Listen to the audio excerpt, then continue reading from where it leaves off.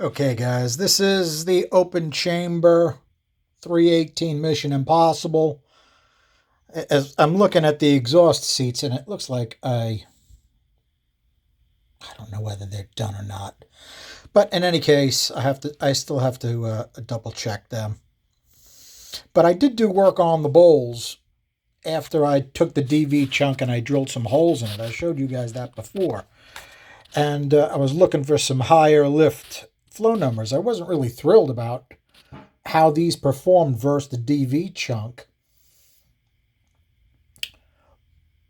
And I was trying not to push the casting too thin. So after I drilled some holes in the DV chunk, okay, you guys can see where I was measuring the thickness of the casting. I was able to bring the roof up a little bit more, and then I was able to push the sides to the thickness I thought it could go to safely. Of course, when I change the shape of the bowls, it's going to change how the liquid acts, and it's going to change our flow numbers. As far as our liquid here, I have a feeling we were wider at one point. It still looks pretty good. It goes all the way to the roof. It follows my fin almost exactly, just the way Darren says it should. We do have a little more splattered around the plug than I'd like to see. But when we take a look at the airspeeds, we'll take a look at that. We got nice splatter around the chamber, all the way to the exhaust valve. Grab the exhaust valve. I don't know if we can see anything on the exhaust valve.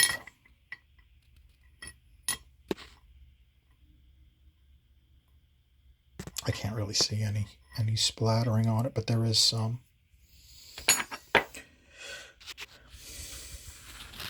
Take a look at our valve.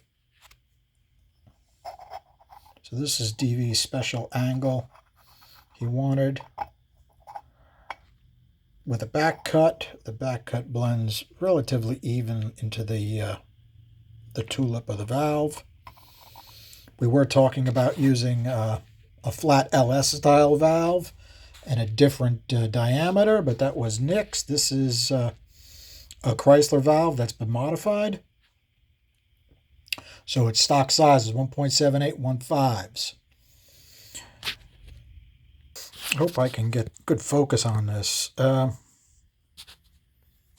be honest, these ports look pretty damn good. I mean, they got a nice, they're pretty damn sexy. They got a nice shape to them. You can see like that left corner roof, how much more that was brought out than we had before.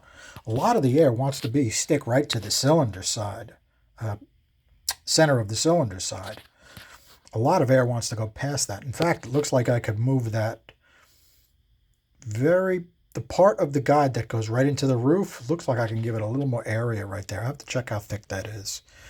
That might be a way to move that around. Let me take a quick look at our roof speeds.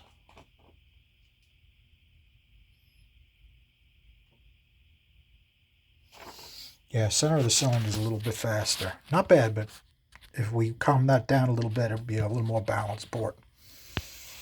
Okay, we can't really see a whole lot in the chamber. Let's see if I can move that light a little bit.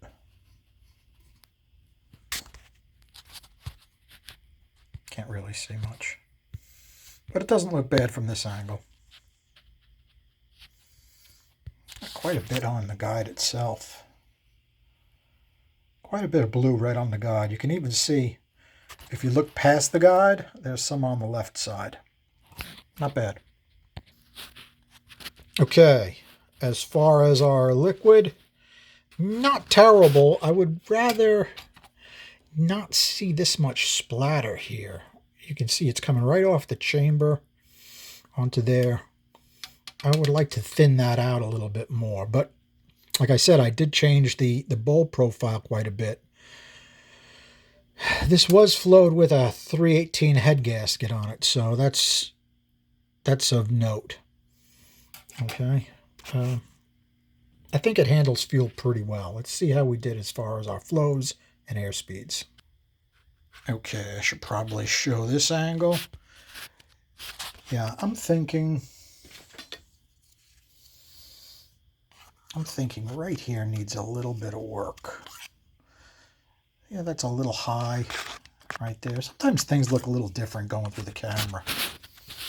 But I think that could be taken out a little bit. I have to check, see how much metal I have. I think these were pushed pretty tight. And in order to do, in order to do what I needed to do, I had to give it some bowl. Because I need to pick up the higher lift flows. Last time I flowed these, I was not thrilled where they were. They are a little better now, not a huge difference, but I do see where the airspeeds in the port changed enough. If I give it a little tweak here and a little tweak there, they might pick up. It seems that my trip to DV's is going to be towards the end of February, because work is just insane right now. And unfortunately, we have some big projects that cannot be done without me. No comment. But as far as this, these could probably use a little more work. I mean, I already put a ton of hours into these. They're good for what they are. The bowl ratio is probably a little tight. I should measure that, see where we are on our intake and exhaust bowl. Okay, that's where our intake bowl is, 88.7%. That's probably a good size for these, actually. All right, 88 is my go-to number. And remember, these have less than a 45-degree seat on them. Okay, and our exhaust is at 89.2%, which is probably a good size for less than 45-degree seat. Okay, this is Tim's open chamber. It says finished, I hope. You should know better, right, Charlie? This is what we had. Topped out. I think DV's going to squeak it up to about 600. So that's only 218 and change before we freaking strangle it with that dual plane and that tiny carburetor. That only flowed like 170 total. So I decided in my infinite wisdom to give it a little work and see if I could boost up the higher lift flows. Well, was it a win? This is where it is now. Final finish with a question mark.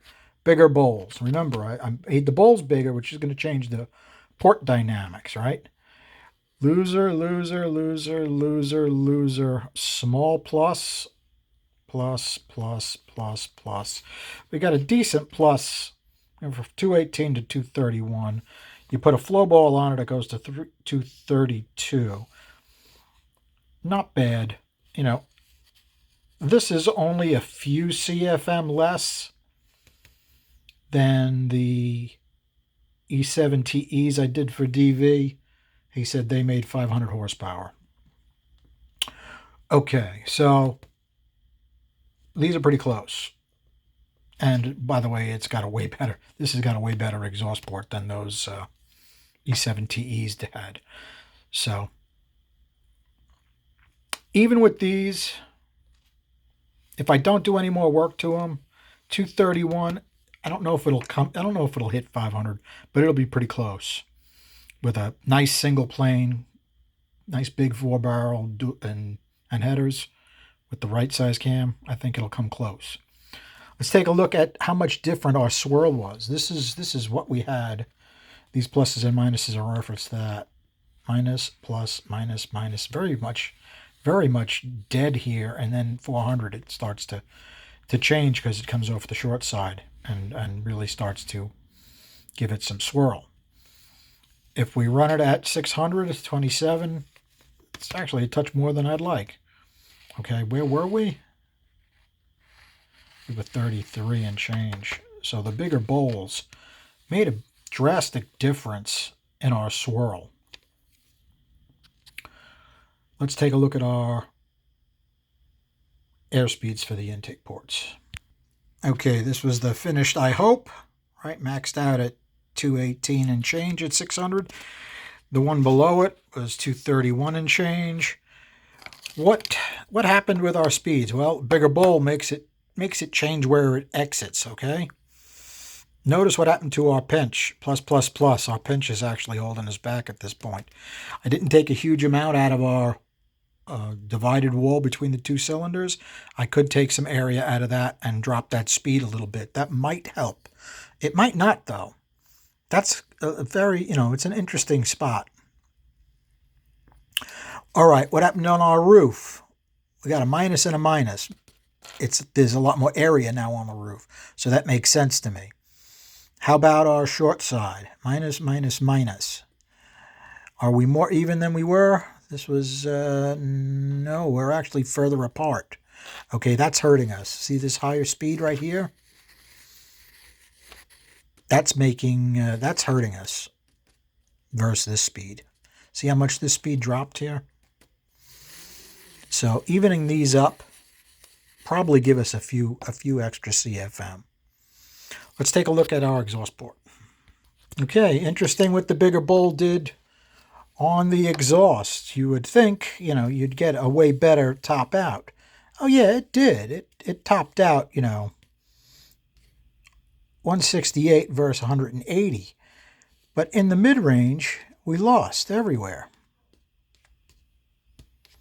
Now, I might be able to fix that if I take a quick look at our air speeds and figure out what went on. But it doesn't look good. Minus, minus, minus, minus, minus. All right, we're running it at 600. We've got 170, 185 with a pipe. It's actually, if you take a look at our exhaust ratio, right, it flows way better than the intake. So in reality, it needs more lobe on the intake than the exhaust. And it's not going to need a tight lobe center because the exhaust port is quite good, even though it's less than it was last time. Now, it may not be the exact valve I used as well. I'm going to have to take a look around. I think it was just a completely stock one. I changed the angle and put it in. This one may have had some work done to it. That's a possibility. I didn't really think about that until now, but let's not worry about it. Okay, finished, I hope, on top. Most recent on the bottom. Here's our numbers. Plus, minus, minus, minus, minus, plus, minus, minus, plus. Not as good, right? Now, as far as being even from side to side, this one's better across the top. This one's better in the middle. See how low it is here? Not good. We were able to give it a lot more area on that side, which slowed that side down. Now, can I give it some more area on this side? Well, this side is next to the intake port. I have to be careful how thin I make it. But if I gave this more area, right, this would drop down in speed. It would even it up a little more. It would probably increase this side, decrease this side. And as far as the floor is actually, it went up quite a bit on this side. Right? This part of the port is really working now. Okay, that's the center of the cylinder side. That part's really working well. This side, not as much. I was able to give it some more area, dropped its speeds down. And as far as the very floor, it came up a couple. We dropped some in the middle, which isn't good. That should be higher in the middle. And we lost a little bit on the roof. It's a little bit bigger exhaust port and doesn't quite flow as well. Right? One is 166 and one is 170 at 600 lift. Now, there is also a chance that I took these numbers at 500. I didn't write on here. I don't know what I did. They may have been at a different lift. That's why I should always mark what they were, okay? I really should. That way I can keep this stuff straight. All right, guys. Looks like I have a little more homework to do on these before they're completely done and out of here. Really was not looking forward to putting any more effort into them, to be honest. Crunch some numbers for me, guys, and see if I leave them alone what we can do with these. I would like to see 500 horse with a 4-barrel, a big single plane, and a set of headers with a 600 lift cam.